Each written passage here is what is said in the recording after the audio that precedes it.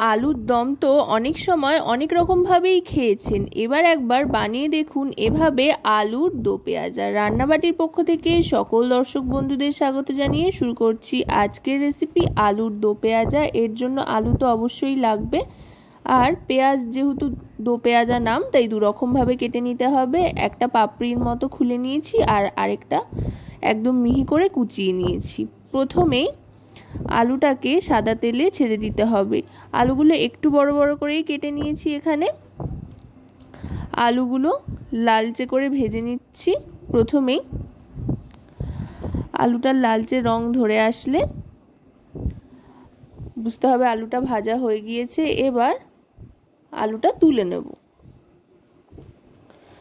আলুগুলো ভালো করে ভেজে নিয়ে তুলে নিচ্ছি। সম্পূর্ণভাবে ভেজে নিতে হবে, এতে করে রান্নাটা অনেক তাড়াতাড়ি হয়ে যাবে আর টেস্টিও হবে। আলুর মধ্যে মশলাগুলো খুব সুন্দর ইনসিস্ট হবে।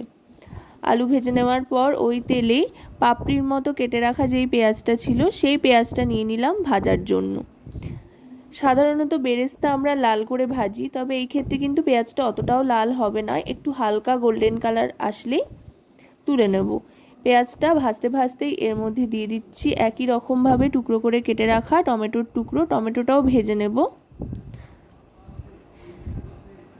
টমেটোটাও হালকা একটু ভেজে নিচ্ছি। টমেটোটা একটু নরম হয়ে আসা পর্যন্ত অপেক্ষা করতে হবে। পেঁয়াজ আর টমেটো ভেজে তুলে নেওয়ার পর এবার আরেকটা যে পেঁয়াজ কুচি ছিল, যেটা মিহি করে কুচিয়ে রেখেছিলাম, সেটা দিয়ে দিচ্ছি। এবার এই পেঁয়াজটা ভালো করে ভেজে নেব।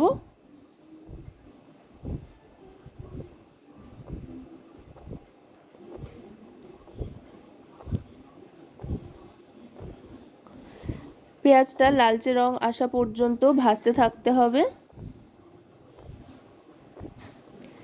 পেঁয়াজটা ভাজতে ভাজতে দিয়ে দেব রসুন বাটা আর আদা বাটা।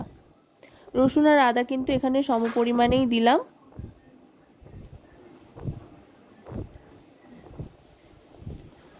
রসুন আর আদা বাটাটাও কষিয়ে নেব যতক্ষণ পর্যন্ত না রসুন আর আদার কাঁচা গন্ধটা যাচ্ছে। ভাজতে থাকতে হবে। ভাজতে ভাজতে এবার এর মধ্যে দিয়ে দিচ্ছি টমেটো বাটা। এর আগে টমেটো ভেজে তুলে নিয়েছিলাম পেঁয়াজের সাথে, এবার দিয়ে দিচ্ছি টমেটো বাটা।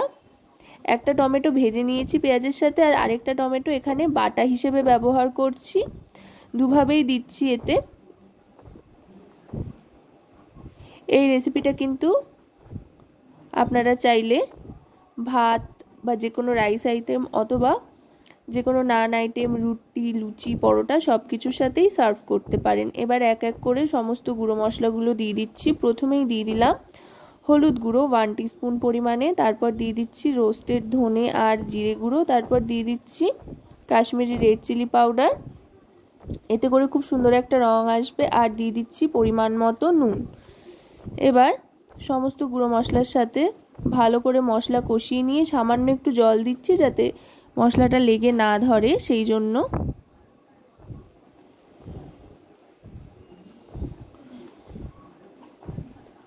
এবার আগে থাকতে ভেজে রাখা আলুর টুকরোগুলো দিয়ে দিচ্ছি।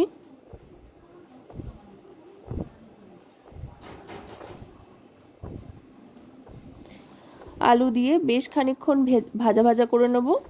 মোটামুটি 30 থেকে 40 সেকেন্ড মতো রান্না করে নিয়ে এবার জল দিয়ে দিচ্ছি আলুটা সেদ্ধর জন্য। জল দিয়ে কিন্তু গ্যাসের ফ্লেমটা লোতে করে দিতে হবে।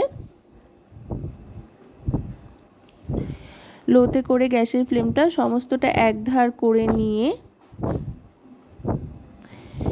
এবার ঢাকনা চাপা দিয়ে দেব আলুটা সেদ্ধ হওয়ার জন্য। আলুটা সেদ্ধ হতে খুব একটা বেশি সময় লাগবে না, যেহেতু ভেজে নিয়েছিলাম। মোটামুটি 3 থেকে 4 মিনিট মতো ঢাকনা চাপা দিয়ে রাখার পর ঢাকনাটা সরিয়ে নিলাম। দেখুন গ্রেভিটা কিন্তু অনেকটাই টেনে এসছে আর দারুণ সুন্দর একটা টেক্সচার চলে এসছে। আলুটাও সেদ্ধ হয়ে গিয়েছে। আর আপনারা যদি চান তো গ্রেভির জন্য ঈষৎ উষ্ণ গরম জল ব্যবহার করতে পারেন, আর যদি গ্রেভি না করতে চান, একেবারে শুকনো শুকনো বানাতে চান, তো শুকনো শুকনোই চাইলে সার্ভ করতে পারেন। আমি যেহেতু একটু গ্রেভি বানাবো সেই জন্য একদম সামান্য জল দিচ্ছি। অবশ্যই এটা ঈষদুষ্ণ গরম জল। ঈষদুষ্ণ গরম জল দিয়ে ফুটিয়ে নেব। মোটামুটি 30 থেকে 40 সেকেন্ড মতো ফুটিয়ে নেব গ্যাসের ফ্লেমটা মিডিয়ামে রেখে। গ্রেভিটা একটু ঠিক হয়ে আসলে তারপর এর ওপরে আগে থাকতে ভেজে রাখা পেঁয়াজ আর টমেটোটা দিয়ে দেব। তার আগে দিয়ে দিচ্ছি ভাজা মশলার গুঁড়ো। এতে করে কিন্তু রান্নায় একটা আলাদা মাত্রা আসবে। এই ভাজা মশলাটা কিন্তু বাড়িতেই তৈরি। চাইলে আপনারা রেসিপিটা ডেসক্রিপশন বক্সের লিংক থেকে দেখে নিতে পারেন। ভাজা মশলার গুঁড়োটা মিশিয়ে নেওয়ার পর এবার দিয়ে দিচ্ছি এতে আগে থাকতে ভেজে রাখা পেঁয়াজ আর টমেটোটা। পেঁয়াজ আর টমেটোটা এর সাথে মিশিয়ে নেব। এতে করে খুব সুন্দর মিশেও যাবে। সাধারণত বোঝা যাবে না যে এর সাথে আলাদা করে পেঁয়াজ আর টমেটো মেশানো হয়েছে, তবে খাওয়ার সময় কিন্তু একটা আলাদাই ফ্লেভার আসবে। আর সব শেষে দিতে হবে ধনেপাতা কুচি, যেটা কিন্তু অবশ্যই দিতে হবে। এই ধনেপাতা কুচি দিলে কিন্তু যেমন সুন্দর একটা গন্ধ আসবে, স্বাদও কিন্তু দারুণ হবে। ধনেপাতা কুচি দিয়ে আলতো হাতে মিশিয়ে নিচ্ছি। অনেকটাই শুকনো শুকনো হয়ে গিয়েছে, এবার সার্ভ করে দিচ্ছি। আশা করব রেসিপিটি আপনাদের ভালো লাগবে। ভালো লাগলে অবশ্যই রান্নাবাটি চ্যানেলটিকে সাবস্ক্রাইব করে লাইক শেয়ার কমেন্টের মাধ্যমে আমাদের পাশে থাকবেন আর পাশে থাকা বেল আইকনটি অন করে দেবেন।